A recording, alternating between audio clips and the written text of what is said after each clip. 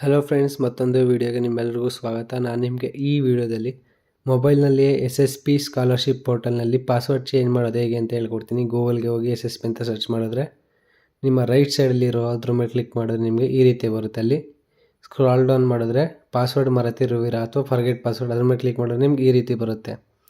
ಅಲ್ಲಿ ನೀವೇನು ಮಾಡಬೇಕು ಅಂದರೆ ಯೂಸರ್ ID ಹಾಕ್ಬಿಟ್ಟು ನೆಕ್ಸ್ಟು ನ್ಯೂ ಪಾಸ್ವರ್ಡ್ ಮತ್ತು ಪಾಸ್ವರ್ಡ್ನ ಕನ್ಫರ್ಮ್ ಕೊಡಬೇಕು.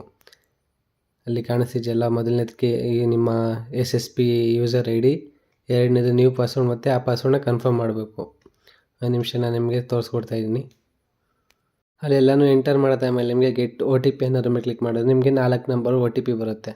ಅದನ್ನು ನೀವು ಎಂಟರ್ ಮಾಡಿ ಚೇಂಜ್ ಪಾಸ್ವರ್ಡ್ ಅಂತ ಕೊಟ್ಟರೆ ನಿಮಗೆ ನೆಕ್ಸ್ಟ್ ಪೇಜ್ ಓಪನ್ ಆಗುತ್ತೆ. ನೆಕ್ಸ್ಟ್ ಪೇಜ್ ಓಪನ್ ಅಂದರೆ ಲಾಗಿನ್ ಪೇಜಿಗೆ ಹೋಗುತ್ತೆ. ಲಾಗಿನ್ ಪೇಜ್ಗೆ ಹೋದಾಗ ನೀವು ಯೂಸರ್ ID ಹಾಕಿ ಮತ್ತು ಪಾಸ್ವರ್ಡ್ ಎಂಟರ್ ಮಾಡಿದ್ರೆ ಮೊದಲು ಯೂಸರ್ ID ಎಂಟರ್ ಮಾಡಿ, ನೆಕ್ಸ್ಟ್ ನೀವು ಹೊಸ್ದಾಗಿ ಚೇಂಜ್ ಮಾಡಿರ್ತಿಲ್ಲ ಆ ಪಾಸ್ವರ್ಡ್ನ ಎಂಟರ್ ಮಾಡಿ ಆದಮೇಲೆ ಕ್ಯಾಪ್ಚಾ ಎಂಟರ್ ಮಾಡಿದ್ರೆ ನೀವು ನಿಮ್ಮ SSP ಪೋರ್ಟಲ್ಗೆ ಲಾಗಿನ್ ಆಗ್ಬೋದು. ಈ ರೀತಿ ಪಾಸ್ವರ್ಡ್ ಚೇಂಜ್ ಮಾಡ್ಕೊಳ್ಳೋದಕ್ಕೆ ನಿಮಗೆ ಯಾವುದೇ ರೀತಿ ಕಂಪ್ಯೂಟರ್ ಸೆಂಟ್ರಿಗೆ ಹೋಗಿ 50 ರೂಪಾಯಿ 60 ರೂಪಾಯಿ ಕೊಡೋ ಅವಶ್ಯಕತೆಯೇ ಇರೋದಿಲ್ಲ. ಮೊಬೈಲ್ನಲ್ಲೇ ಮನೆಯಲ್ಲೇ ಕುಳಿತುಕೊಂಡು 5 ನಿಮಿಷದಲ್ಲೇ ಪಾಸ್ವರ್ಡ್ ಚೇಂಜ್ ಮಾಡ್ಕೋಬೋದು.